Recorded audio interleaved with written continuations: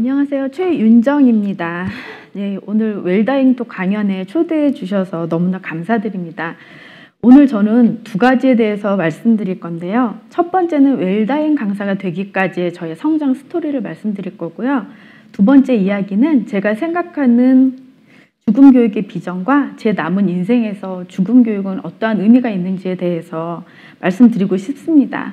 지금까지 제 삶을 나눈다면 어린 시절과 결혼 후 그리고 죽음 교육을 배운 후로 나누고 싶습니다. 저희 어린 시절과 결혼 후의 이야기는 두 가지 공통된 내용이 있습니다.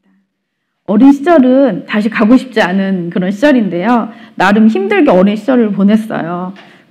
부모님의 잦은 다툼이 있었어요. 저희 아버지가 좀 이렇게 사업도 많이 망하고 또 여러 가지 문제가 있기 때문에 저희 엄마가 항상 저한테 많이 화를 냈던 기억이 납니다. 그리고 제게 집착이 너무 강했어요. 제가 무남동녀 외동딸이라서 저한테 많은 기대를 걸었어요. 어릴 때부터 피아니스트로 키우고자 피아노 칠 때도 항상 이렇게 몽둥이를 옆에 두고 엄마가 교육을 시켰고 또 학교 성적이 좀 떨어지면 또 맨날 맞았던 기억이 나요.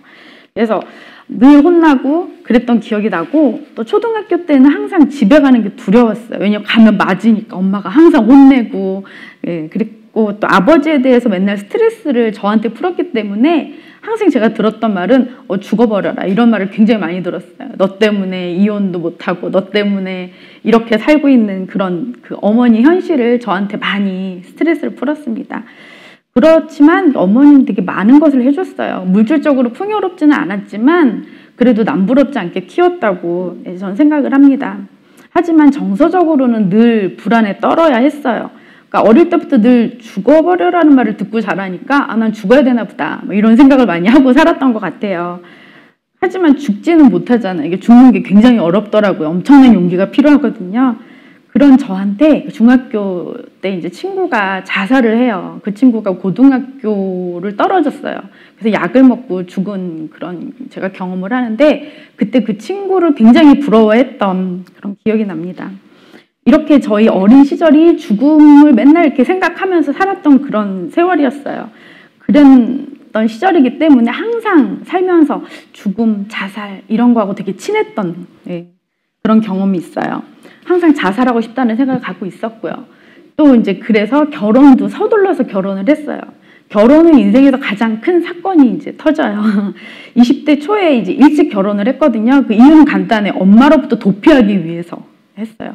첫째를 낳았고요. 둘째도 금방 생겨가지고 연년생으로 키웠는데 둘째가 몇 달 안 된 시점에서 저희 남편이 사고를 교통사고를 났어요. 그래서 합의를 해주려고 제가 우리 남편이 어떤 아주머니 허리를 다치게 하는 바람에 그 병원을 맨날 아기를 데리고 간 거예요. 두 아이를 데리고 가다 보니 그때 뭐 주변 분들 두 분이 또 그 장례를 치른 적도 있었고 그러니까 항상 병원에 갔다가 밤에 늦게 오고 이런 게 몇 달 계속되니까 제가 너무 지쳤었던 것 같아요.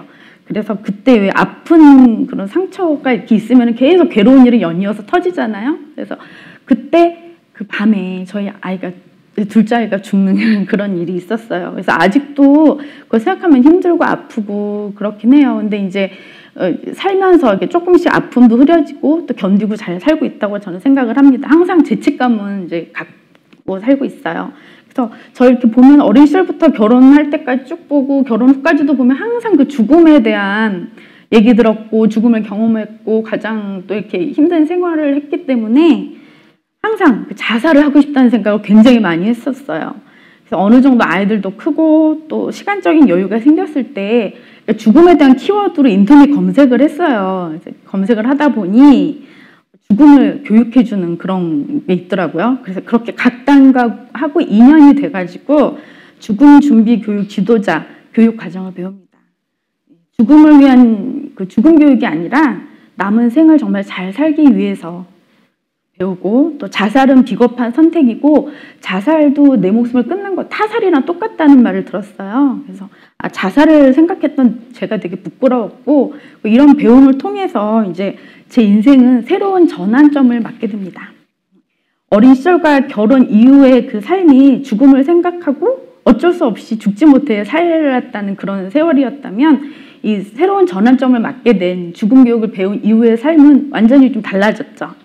그래서 내게 남아있는 삶을 살기 위해서, 그리고 의미 있는 삶을 살기 위해서 그런 좋은 방향으로 자세가 틀잡혀지고 있는 것 같아요. 또 죽음 교육을 통해서 여러 선생님들하고 이야기를 통해서 감동도 받고 깨달음도 얻었습니다. 이렇게 배운 것들을 많은 분들에게 나누어주고 싶은 마음을 갖게 되었고, 그런 힘이 원동력이 돼서 이 자리에 서게 됐습니다.